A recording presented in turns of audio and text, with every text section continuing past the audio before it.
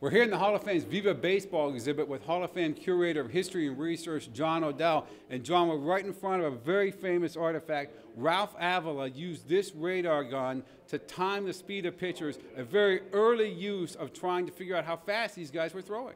That's right. The radar gun is an important development in a very long, old question, which is, how fast is this guy? Now, very early on in the 19th century, there was a guy named Amos Rusi who was known for being very fast. We have no idea how fast he was. Walter Johnson was later timed. They used stopwatches to time. They filmed people to time, trying to count the number of frames. They brought Walter Johnson into the Remington Arms Factory and tried to time him the same way they time bullets. But one of the great things about the radar gun was that it did two things. One was it provided a reasonably constant way of always measuring a pitcher's speed.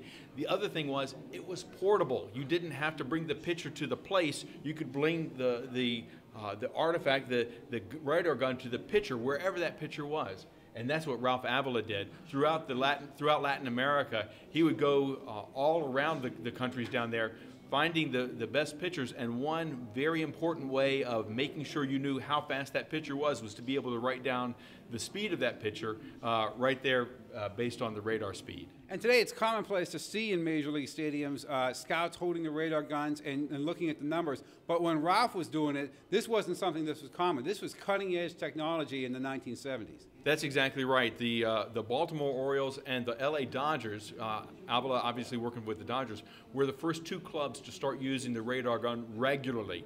And the Dodgers actually also were the first to have a pitcher who, on his off day, timing the pitches as part of his pitch charting. And Tommy John was one of the most famous who did that as he was recovering from his Tommy John surgery.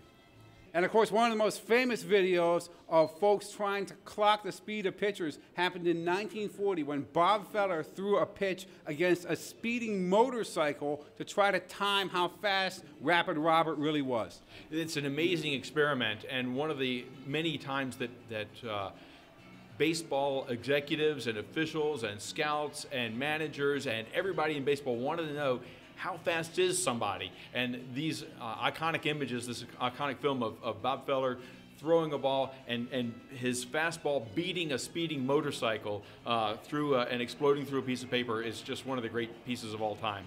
I have to say one more thing that's very interesting about speed is that it is also deceptive, because one of the things that many scouts and baseball insiders remember is that speed isn't everything, and movement and placement, location, and some of the slowest pitchers can be some of the most deceptive. The most important thing about baseball is not to throw fast, is to get batters out. And if you can get batters out, even if you're Jamie Moyer and you're a soft tosser, but you know how to get batters out, that's far more important than being a fastball pitcher who can't get batters out.